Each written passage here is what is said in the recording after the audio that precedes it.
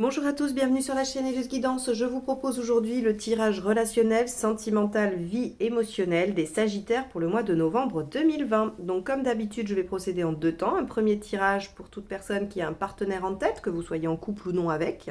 Et dans un deuxième temps, un tirage sur la vie émotionnelle, c'est-à-dire là où vous en êtes par rapport à votre cheminement personnel. Donc ce tirage sera valable pour les célibataires, mais également pour toute personne qui se questionne sur son développement personnel au niveau relationnel, sentimental. Donc, je vais utiliser les arcades majeures du tarot de Marseille, le tarot Grand Luxe et The Light Seers Tarot pour les différents tirages. Allez, c'est parti. Donc, les Sagittaires, novembre 2020, pour ceux qui ont donc un partenaire en tête.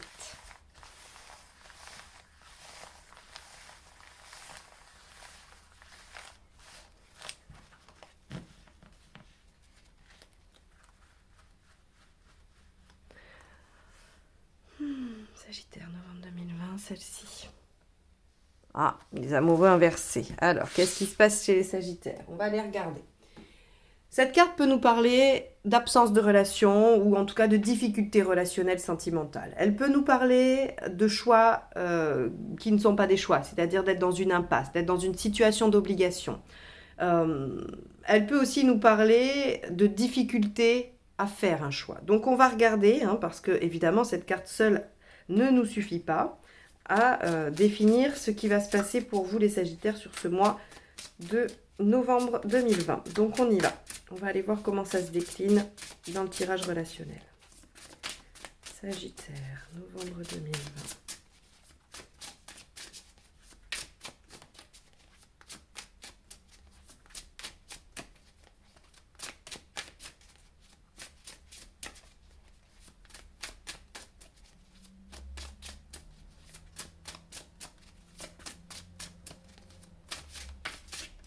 Allez, hop, c'est parti. Le partenaire, 10 de bâton.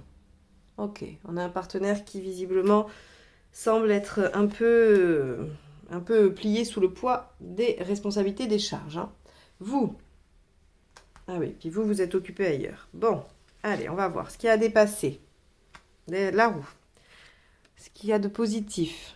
Le 6 de bâton, votre volonté, c'est bien. Ce qu'il y a un peu de négatif, et voilà. Le choix. Vous voyez, ça c'est dans le négatif. Le 2 de bâton, c'est faire un choix de vie. On est en incapacité de faire un choix ou on est dans une impasse. On va aller voir.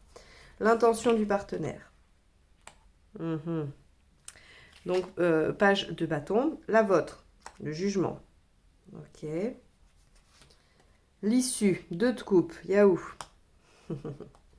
Et les conseils. 4 d'épée. Roi de bâton et reine de denier. Alors, je vérifie juste que vous voyez bien les cartes parce que je pense que hop, c'est un peu décalé. Voilà. C'est ok? C'est ok.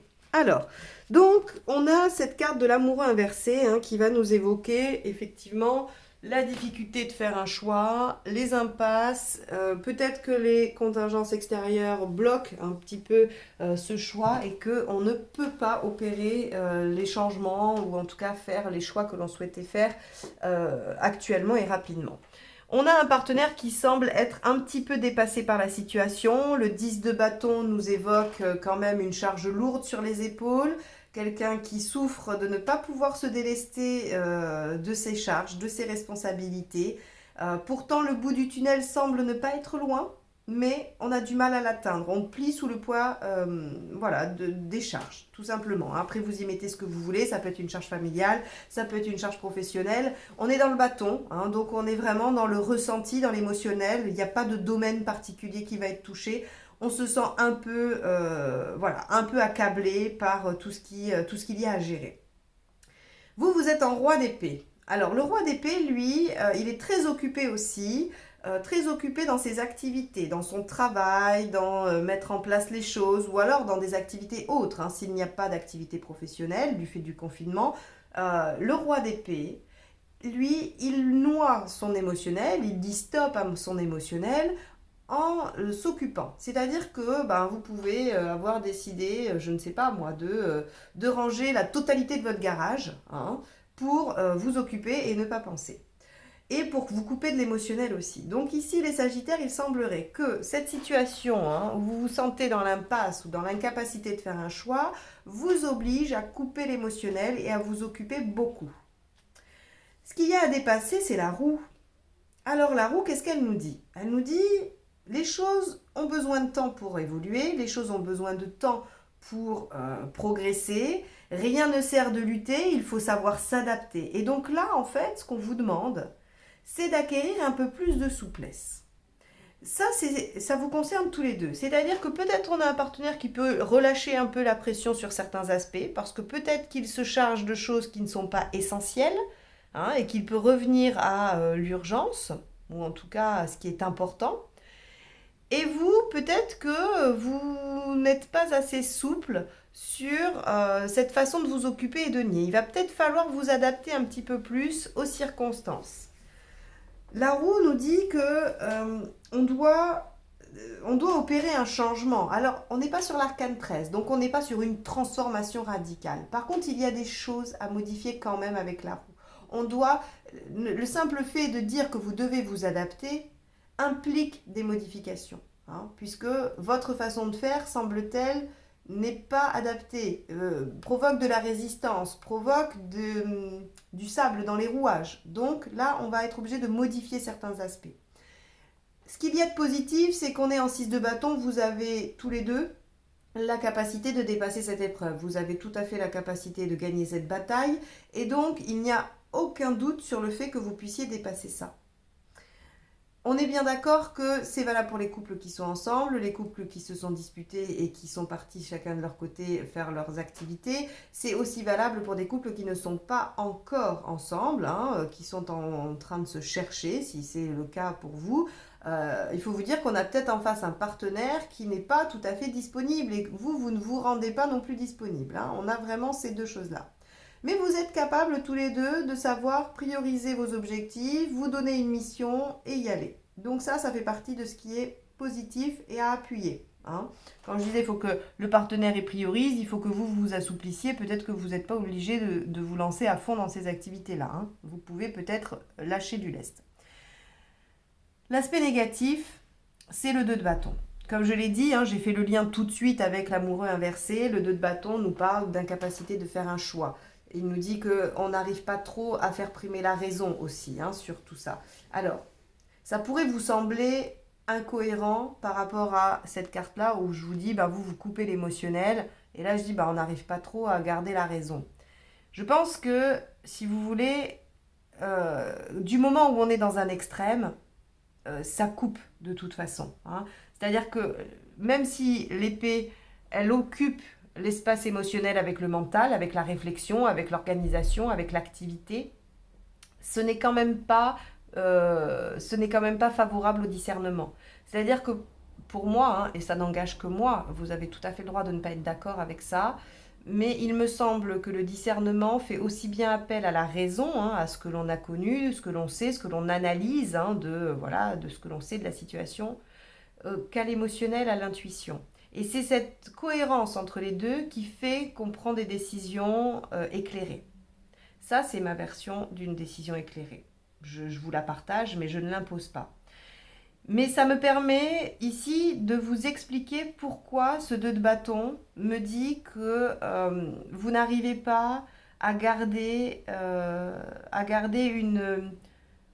une posture, on va dire, équilibrée par rapport à un choix. Vous n'y arrivez pas à faire ce choix, soit parce que le partenaire, lui, il est complètement noyé, hein, et il n'arrive plus à réfléchir parce qu'il est dépassé, et vous êtes tellement bille en tête dans vos activités que vous oubliez tout un pan de la situation, un pan qui est important pour décider, qui est l'émotionnel. Voilà. Ça, c'est, on va dire, c'est ma façon d'interpréter. Je vous laisse libre aussi de voir comment ça résonne en vous, hein, ces deux cartes. On a dans l'intention du partenaire, encore une fois, le page de bâton qui est tout à fait cohérent avec ce que je vous dis, manque de discernement, le fait de ployer sous les difficultés. Là, ici, le page de bâton nous évoque quelque chose d'assez immature, d'assez irréel. On voudrait arriver à une situation qui est complètement impossible. Hein. On n'est pas réaliste, on est mégalo. C'est-à-dire que là, votre partenaire, c'est comme si déjà en train de ployer sous l'eau, hein, sous le poids, il se disait, c'est pas grave, je vais en prendre encore un peu plus et ça va marcher, je vais y arriver. Hein. Il n'y a pas de problème, ça va le faire. Donc là, il va falloir vraiment modifier des choses, d'accord? Ça, c'est vraiment votre mission et arriver peut-être à faire comprendre à l'autre qu'il faut lâcher certaines choses. Alors, ça va dépendre de quel signe vous avez en face. Il y en a qui sont capables d'entendre, d'autres un peu moins. A priori, vous y arrivez. Hein. A priori, vous y arrivez parce qu'on a quand même ici l'as de coupe. Hein. Donc, on va repartir sur une nouvelle base. Ouais, on va quand même réussir, je pense, à réactiver des choses. Donc, vous pouvez essayer de faire comprendre à votre partenaire que peut-être il surestime ses capacités en termes de charge. Hein. Voilà, je mets ce mot-là, mais vous l'affinerez par rapport à ce qui se passe dans la vie de votre partenaire. Vous, ici, vous avez le jugement. Le jugement, dans l'intention, il est de persévérer, de continuer, de ne pas lâcher. Donc, on rejoint ici les aspects positifs, d'accord? Même si vous vous retrouvez en difficulté pour faire ces changements et aller vers ce choix, ou en tout cas, vous sortir de l'impasse. Vous avez l'intention de persévérer, vous avez foi, vous êtes vraiment dans une posture positive par rapport à la situation et j'ai envie de vous dire que vous avez raison. Et vous allez même devoir insuffler un peu de cette posture à votre partenaire qui lui semble un peu omnubilé, ou pas omnubilé, pardon, plutôt aveuglé. Aveuglé par tout ce qu'il vit et il a du mal à percevoir un petit peu la finalité de tout ça. Donc, vous persévérez, vous avez foi et vous avez l'intention de faire ce qu'il faut. Très bien, faites des changements. Si vous ne savez pas, vous avez peut-être l'envie de faire sans savoir ce qu'il faut faire, on vous dit changez des petites choses pour pouvoir débloquer la situation. On a à la fin du mois un as de coupe qui nous dit que on redevient peut-être un petit peu plus concentré sur l'émotionnel, sur le sentiment. Donc le couple, la relation soit née, puisque vous n'étiez pas ensemble et vous arrivez finalement à faire en sorte que la relation naisse. Donc on a un début de relation.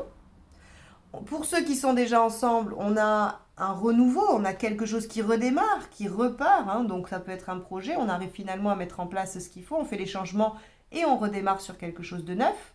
En tout cas, quoi qu'il en soit, on arrive à réinjecter une nouvelle émotionnalité dans la situation.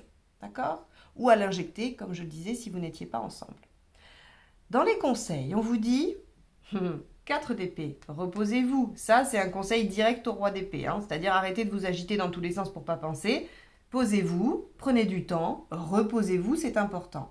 Roi de bâton, imposez-vous, imposez votre vision des choses qui est positive, qui va aider le partenaire à se dégager un petit peu de tout ce qui l'encombre là. Donc imposez-vous, imposez vos choix. Alors le roi de bâton, il impose avec autorité, mais une autorité saine. Il n'est pas dans l'autoritarisme, il n'impose pas, il n'exige pas. Il arrive par la force de conviction, parce qu'il va réussir à persuader l'autre que c'est dans son intérêt. Il va réussir à imposer ses idées. Mais il convainc, il n'impose pas. Donc on vous dit d'opter pour cette posture-là. Et ici, la reine de denier vous dit qu'il ne faut pas négliger les aspects matériels. Peut-être que dans les changements, il y a aussi des choses matérielles à changer. Peut-être qu'il y a dans vos changements des aspects matériels à protéger. Quoi qu'il en soit, on vous dit attention à l'aspect matériel pragmatique. Le denier, on va être aussi bien dans le financier que dans l'immobilier, mais tout ce qui va être pragmatique, également organisationnel. D'accord? Donc, dans les conseils, la reine de denier vous dit soyez attentifs aux contingences extérieures. Adaptez-vous aux contingences. Toujours pareil. N'allez pas tout casser. Il y a des choses possibles, mais on va être obligé de faire avec les conditions, les conditions extérieures qui sont là. Donc, pour ceux qui ne sont pas encore en couple, le couple devrait se construire à la fin du mois. Pour ceux qui sont en difficulté, on va avoir une amélioration si vous suivez les conseils. Hein, visiblement, on a une amélioration de la situation. Pour ceux qui étaient séparés complètement, qui ont déjà eu une histoire, eh bien, on va avoir visiblement un nouveau départ. Donc, chez les Sagittaires, hein, il y a quand même, ça aussi, hein, il y a une volonté de réconciliation chez vous, hein, d'accord? Le jugement, c'est la persévérance. Vous avez l'intention de persévérer et vous avez foi, mais vous avez aussi envie de vous réconcilier. D'accord? Vous avez envie de sauver la situation. Voilà. Bien. Alors, on va passer au tirage de vie émotionnelle.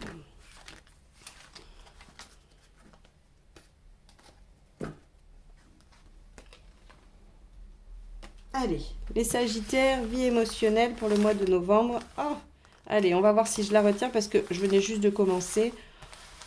On va voir si elle revient. Allez, Sagittaire, novembre 2020.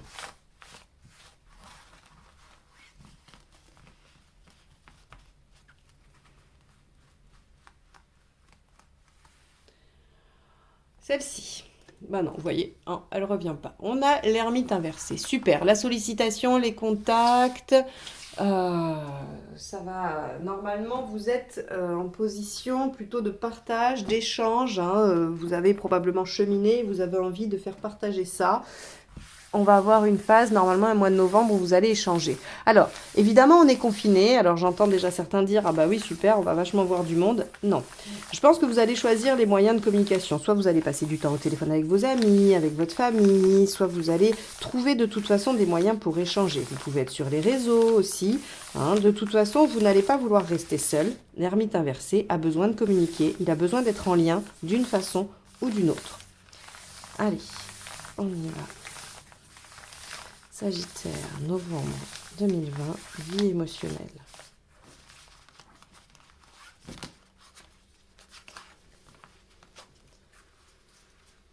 Alors, votre état d'esprit. L'ermite. Ce que vous voulez. Le hiérophante inversé. Pourquoi ça ne marche pas? Le jugement inversé, ce qu'il faut faire. Le diable, l'échéance à court terme, enfin en tout cas ce qui vous arrive à court terme et à plus long terme. Ok, bon. Alors,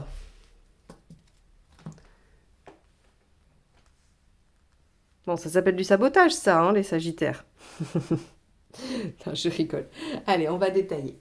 Donc, votre état d'esprit, c'est plutôt la réflexion, la recherche, d'accord? C'est pas du tout incohérent avec l'ermite inversé qu'on a sorti au début. C'est-à-dire que c'est comme je vous disais, hein, si vous avez entendu, j'ai dit vous avez envie de partager vos ressources, ce que vous avez appris, ce que vous avez travaillé. Eh bien, on en est exactement là. C'est-à-dire que vous êtes en phase de recherche.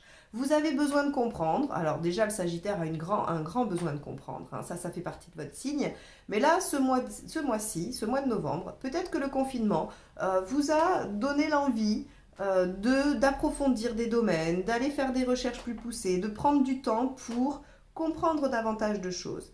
Mais vous allez faire les choses sur deux aspects. Vous allez avoir une phase intégration d'informations et une phase où vous allez avoir besoin d'échanger, de confronter ce que vous avez appris, lu, voilà, compris. Il va falloir que vous le confrontiez à la discussion, à l'échange, au débat.